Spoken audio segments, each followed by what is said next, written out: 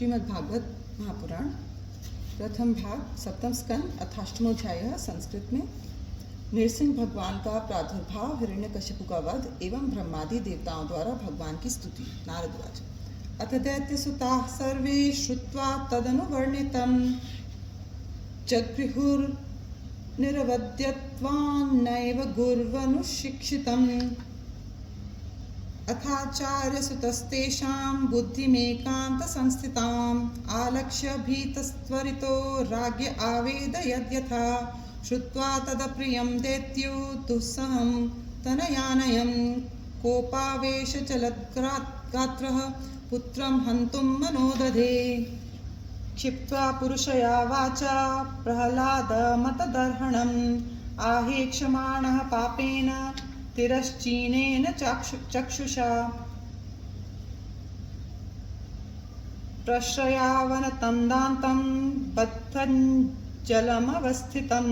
सर्पः पदाहत इव श्वसन् प्रकृते दारुणः हे दुर्विनीतमन्दात्मन् कुलभेदकराधमा स्तब्धं मच्छासनोद्धूतं नेशे त्वाद्ययमक्षयं क्रुद्धस्य यस्य कम्पन्ते त्रयो लोका सहेश्वरा तस्य मे भीतवन्मूढ शासनं किं बलोत्यगा। प्रह्लादवाच न केवलं मे भवतश्च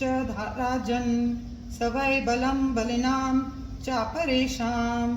परे वरेमि स्थिरजङ्गमाये ब्रह्मादयो येन वशं प्रणीता स ईश्वरः काल उरोक्रमोऽसा वोजः सह सत्त्वबलेन्द्रियात्मा स एव विश्वं परमः स्वशक्तिभिः सृजत्यवत्यत्ति गुणत्रयेशः जय्यासुरं भावमिमं त्वमात्मनः समं मनोधत्स्व न सन्ति विद्विषयः ऋते जितादात्मन उत्पत्तिस्थिता तद्धि ह्यानन्तस्य महत्समर्हणम् दस्यून् पुरा षण्ण विजित्य लुम्पतो मन्यन्त एके स्वजितादिशो दश जितात्मनो यस्य समस्य देहिनां साधो स्वमोह प्रभवा कुतः परे। हिरण्यकशिपुर्वाच व्यक्तं त्वं मर्तुकामोऽसि योतिमात्रं विकथसे मुमूर्षूणां हि मन्दात्मन् ननु स्युर्विप्लवागिरः यस्त्वया मन्दभाग्योक्तो मदन्यो जगदीश्वर क्वासौ यदि स सर्वत्र कस्मात् स्तम्भेन दृश्यते सोऽहं विकथमानस्य शिरः कायद्धरामि ते गोपायेत हरिस्त्वाद्य यस्ते शरणमीप्सितम् एवं दुरुक्तैर्मुहुर्दयन् वृषा सुतं महाभागवतं महासुरः खङ्गं प्रगृह्योत्पतितो वरासनात् स्तम्भं तताडतिबिलः स्वमुष्टिना तदैव तस्मिन् निनदोति भीषणो बभूव येनाण्डकटाहमस्फुटत् यं वै स्वधिष्णयोपगतं त्वजादय श्रुत्वा स्वधामाप्ययमङ्गमीनिरे स विक्रमन् पुत्रवधेप्सुरोजसा निशम्य निर्ह्रादं पूर्वमद्भुतम् अन्तः सभायां न ददर्श तत्पदं तत्र सूर्येण सुरारियूथपा सत्यं विधातुं निजभृत्य भाषितं व्याप्तिं च भूतेष्वखिलेषु चात्मनः अदृश्यतात्यद्भुतरूपमुद्वहन् स्तम्भे सभायां न मृगं न मानुषम् स सत्त्वमेनं परितोऽपि पश्यन् स्तम्भस्य मध्यादनुनिर्जिहानं नायं मृगो नापि नरो विचित्र महो किमेतन्मृगेन्द्ररूपं मीमांसमानस्य समुत्थितो ग्रतो नृसिंहरूपस्तदलं भयानकं प्रतप्तचामीकरचण्डलोचनं स्फुरत्सटाकेसरजृम्भिताननं करालदंष्ट्रं करवालचञ्चलक्षुरान्तजिह्वं भ्रुकुटीमुखोल्बणं स्तब्धोर्ध्वकर्णं गिरिकन्दराद्भुत व्यात्तास्यनासम् अनुभेदभीषणं दिवस्पृशात् कायमदीर्घपीवर ग्रीवोरुवक्षस्थलमल्पमध्यमं चन्द्रांशुगौरेश्छुरितं तनूरुहैर्विश्वभुजानीकशतं नखायुधम् दुरासदं सर्वनिजेतरायुध प्रवेकविद्रावितदैत्यदानवं प्रायेण मेयं हरिणोरुमायिना वधस्मृतोऽनेन समुद्यतेन किम् एवं ब्रुवंस्त्वभ्यपतद्गदायुधो नदन् नृसिंहं प्रतिदैत्यकुञ्जरः अलक्षितोऽग्नौ पतितः पतङ्गमौ यथा नृसिंहौजसि सोऽसुरस्तदा न तद्विचित्रं खलु सत्त्वधामनि स्वतेजसा यो नुपुरापि बत्तमा ततोऽभिपत्याभ्यहनन् महासुरो रुषा नृसिंहं गदयोरुवेगया तं विक्रमन्तं सगदं गदाधरो महोरगं तार्क्ष्यसुतो यथा ग्रहीत स तस्य हस्तोत्कलितस्तदासुरो विक्रीडतो यद्वह गरुत्मत असाध्वमन्यन्त हृत्तौकसोमरा घनच्छदा भारत सर्वधिष्णयपा तं मन्यमानो निजवीर्यशङ्कितं यद्धस्तु मुक्तो नृहरिं महासुरः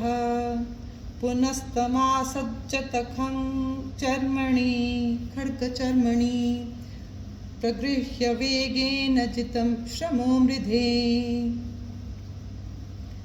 तं शेनवेगं शतचन्द्रवर्त्मभिश्चरन्तमच्छिद्रमुपर्यधो हरे कृत्वाट्टहासं खरमुत्स्वनोल्बणं निमीलिताक्षं जगृहे महाजवः विश्वक्स्फुरन्तं गृह्णातुरं हरे व्यालो यथा कुङ्कुलशिक्षाक्षतत्त्वचं द्वार्यूर आपात्य ददार लीलया नखैर्यथा हिङ्गरुडो महाविशम् संरम्भदुष्प्रेक्ष्य कराललोचनो यात्ताननान्तं विलिहन् स्वजिह्वया अस्रिक्लवाक्तारुणकेसराननो यथान्त्रमाली द्विपहत्यया हरे नखाङ्कुरोत्पाटितहृत्सरोरुहं विसृज्य तस्यानुचरानुदायुधान् अहंसमन्तान् खशस्त्रपाशिणिभिः दोर्दण्ड्यूथनुपथान् सहस्रशः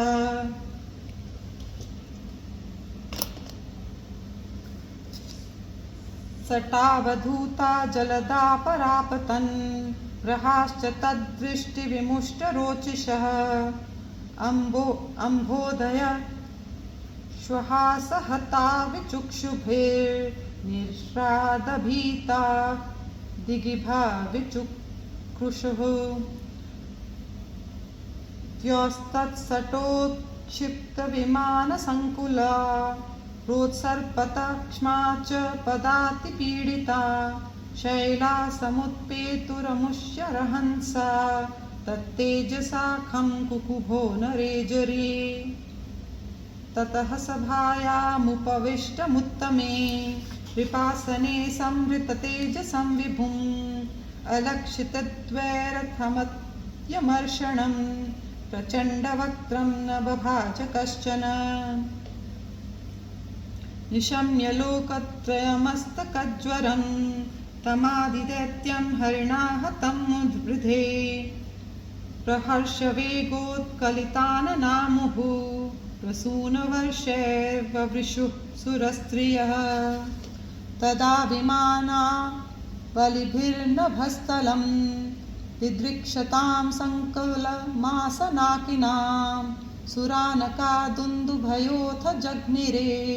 गन्धर्वमुख्याननृतुर्जगुस्त्रिय तत्रोपव्रज्य विबुधा ब्रह्मेन्द्र गिरिशादय ऋषयः पितरः सिद्धा विद्याधरमहोरगा मनवः प्रजानां पतयो गन्धर्वाप्सरचारणा यक्षा किं पुरुषास्तात वेताला सिद्धकिन्नरा ते विष्णुपार्षदा सर्वे सुनन्दकुमुदादय मूर्ध्निबद्धाञ्जलिपुटा आसीनं तीव्रतेजसम् ईडिरे नरशार्दूलं नातिदूरचरा पृथक् ब्रह्मोवाच नतोऽस्म्यनन्ताय दुरन्तशक्तये विचित्रवीर्याय पवित्रकर्मणे विश्वस्य सर्गस्थितसंयमान् गुणैः स्वलीलया संदधते व्ययात्मने। श्रीरुद्रवाच कोपकालो युगान्तस्ते हतो यमसुरोऽल्पकः तत्सुतं पायुपसृतं भक्तं ते भक्तवत्सल। इन्द्रवाच प्रत्यानीता परं भवता त्रायतान स्वभागा दैत्याक्रान्तं हृदयकमलं त्वद्गृहं प्रत्यबोधि कालग्रस्तं कियदिदमहो नाथ शुश्रूषतां ते मुक्तिस्तेषां न हि बहुमता नारसिंहापरे किम्। ऋषयुच त्वं नस्तपा परमात्थ यदात्मतेजो येनेदमादिपुरुषात्मगतं ससर्ज तद्विप्रलुप्तं मुनाद्य शरण्यपाल रक्षागृहात् गृहीत्वपुषा पुनरन्वमंस्था। पितरुच श्राद्धानि नोऽधिभुभुजे प्रसभं तनूजै दत्तानि तीर्थसमयेऽप्यपिबत्तिलाम्बु तस्योदरान्नखविदीर्णवपादय आर्च्छत् तस्मै नमो नः हृहरये किल धर्मगोप्त्रे। सिद्धाउच यो नो गतिं योगसिद्धामसाधुरहारशीद् योगतपोबलेन नानादर्पं तं नखैर्निर्ददार तस्मै तुभ्यं प्रणतास्मो नृसिंह। विद्याधरा उच विद्यां पृथक् धारणयानुराद्धां न्यषेधतज्ञो बलवीर्यदृप्तः स येन संख्ये पशुवद्धतस्तं माया नृसिंहं प्रणतास्म नित्यम्। नागाउच येन पापेन रत्नानि स्त्रीरत्नानि ऋतानि न तद्वक्षः पाटनेनासां दत्तानन्द नमोऽस्तु ते। मनवुच मनवो वयं तव निदेशकारिणो दितिजेन देव परिभूतसेतवः भवता खलः स उपसंहृतः प्रभो करवामते किमनुषाधिकिङ्करान्। प्रजापतिरुच प्रजेशा वयं ते परेशाभिशिष्टा न येन प्रजा वै सृजामो निषिद्धा स एष त्वया भिन्नवक्षानुशेते जगन्मङ्गलं सत्त्वमूर्तेऽवतारः। गन्धर्वाच वयं विभो ते नटनाट्यगायका येनात्मसाद्वीर्यबलौजसा कृता स एष नीतो भवता दशामि मां किमुत्पथस्थः कुशलाय कल्पते। चारणाउच हरे तवाङ्घ्रिपङ्कजं भवाप्तवर्गमाश्रिता यदेष साधु पृच्छयत्त्वया सुरसमापितः। यक्षाउच वयमनुचर मुख्या कर्मभिस्ते मनोज्ञैस्त इह दितिसुतेन प्रापिता वाहकत्वं स तु जनपरितापं तत्कृतं जानता दे नरहर उपनीतः पञ्चतां पञ्चविंश किं पुरुषौच वयं किं पुरुषास्त्वं तु महापुरुष ईश्वरः